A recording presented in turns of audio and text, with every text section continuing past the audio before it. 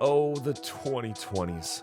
An era where we see our past superstars, our former best players in the world, hang up their jerseys season after season.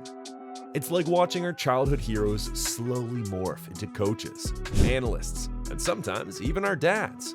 Shout out to Dwayne Wade. Naturally, this raises a burning question for fans. Who's next? Who's the new kid on the block ready to carry the NBA torch into the 2030s? If you tune into mainstream sports media, you'll see names like Anthony Edwards and Victor Wembanyama being hailed as the future faces of the league. These guys are being groomed like they're running for prom king, with everyone from analysts to fans eagerly crowning them as the next big thing. Meanwhile, Luka Doncic is standing in the corner of the metaphorical high school gym, maybe holding up a red Solo cup, not getting nearly the hype he deserves. It's bizarre, considering Luka has been tearing up the league since his sophomore season. From that point on, calling him anything less than a top 10 player feels like an insult. But hey, maybe Luka's lack of hype has its perks. He gets to avoid the constant pressure and scrutiny that comes with being the chosen one. Instead, he just quietly dominates, racking up triple-doubles and breaking records like it's just another Tuesday. Meanwhile, Edwards and Wembanyama have all eyes on them, and they better be ready to live up to the immense expectations.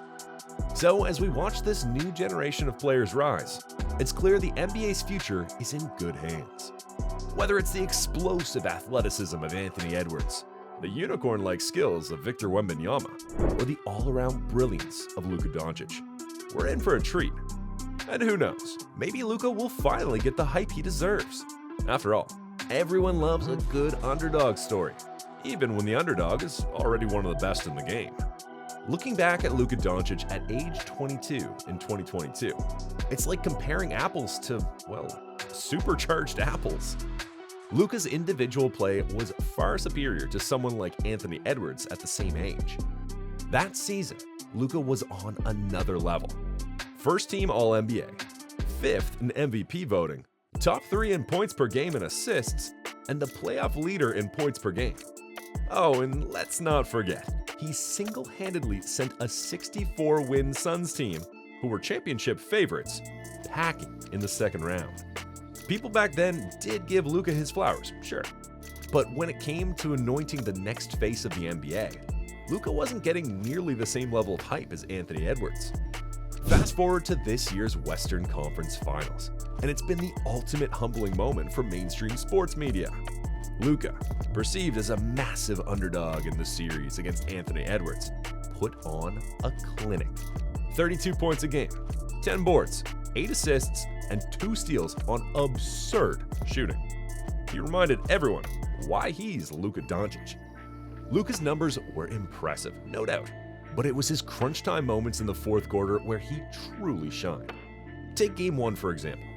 With 15 points on 58% shooting, including 2 clutch threes, Luka played all 12 minutes of the fourth quarter.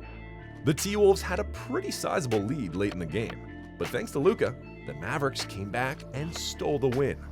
3 standout plays: a step-back 3 on Anthony Edwards, a block on Gobert's lob attempt, and the dagger mid-range shot over Jaden McDaniels.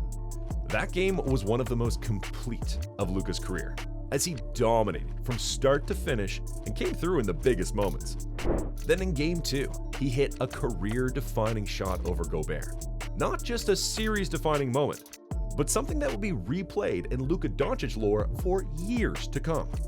If Dallas wins the championship, that shot will be remembered as one of the best plays in NBA history. Game 3, back in Dallas, saw Luka perfect from the field in the fourth quarter, with his biggest shot being an impossible fadeaway over McDaniels as the shot clock wound down. While Anthony Edwards might have had the spotlight and the hype, Luka Doncic let his game do the talking. And boy, did it talk. A lot. And let's not forget Kyrie Irving, who delivered the dagger shot from the deep corner to seal the game and essentially the series. Having Kyrie and Luka on the same team has sparked endless debates about whether they form the best backcourt or the best scoring backcourt. Honestly, who cares about labels? One thing is crystal clear. This is the most clutch backcourt I've ever seen. No duo in NBA history has had two players who relish big shot moments, can pass the ball, create opportunities, and hit all types of shots late in the fourth quarter like these two. Now, let's talk about this so-called killer instinct. You know, that mentality to strike the jugular and end the series.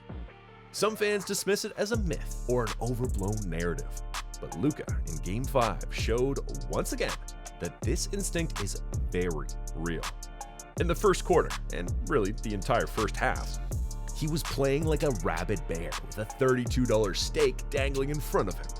This dude was hitting step backs from half court, driving into the paint for flip shots, and basically getting whatever he wanted.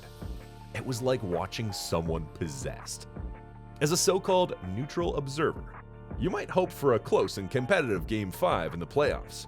Well, sort of disappoint, but this game was anything but. By halftime, it gave everyone deja vu of that infamous Suns-Dallas Game 7 in Phoenix back in 2022. Luka was in beast mode back then too, dropping 27 points, dishing out 3 assists, and shooting 9 for 12, with 4 made threes, all in the first half alone. This kind of performance from Luka, paired with Kyrie's clutch gene, is something special. It's not just about stats or highlights. It's about that unstoppable force they become when the game's on the line. So while Anthony Edwards and other young stars get their share of the spotlight, Luka and Kyrie are quietly rewriting the definition of clutch. And honestly, isn't that the kind of drama we all love in basketball? Luka Doncic in Game 5 against Minnesota was a sight to behold. In the first half alone, he dropped 25 points, dished out 3 assists, and went 10 of 16 from the field, nailing 5 threes. It's eerily similar to his previous iconic performance, and once again shows that Luka has the mentality to end games early. Like, don't bother coming back after halftime early. What's even more mind-blowing is that Luka is only 25 years old and already has a highlight reel packed with iconic game winners, series clinchers, and buzzer beaters. In the biggest playoff games, he doesn't just rise to the occasion, he owns it. Let's break down some stats.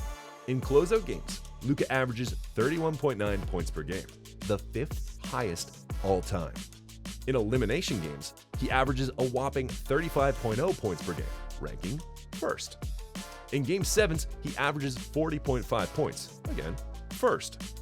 Overall, his playoff average of 31.1 points per game is second only to Michael Jeffrey Jordan. Now, if any other young superstar had those numbers, they'd be hailed as the next face of the NBA, the player of the century, maybe even the millennium. But for some reason, Luka isn't getting that same level of hype.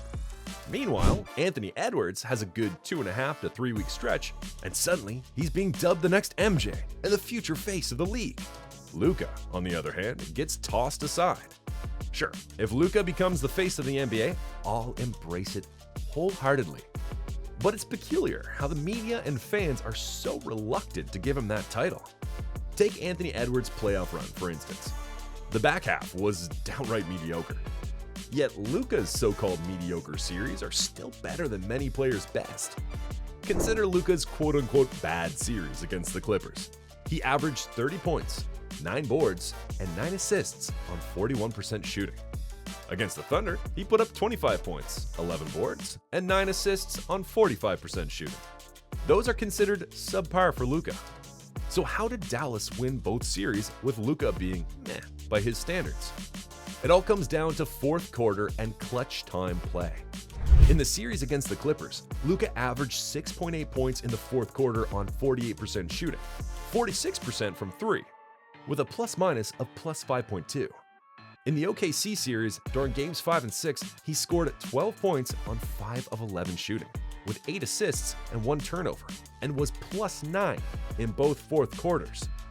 Clutch time play is a bit subjective, sure, but when you see Luka hit those big shots, you know you're witnessing one of the best clutch players in league history. If you want to call this Luka's revenge tour, go ahead. Every step of the way, Luka and the Mavericks have proven everyone wrong.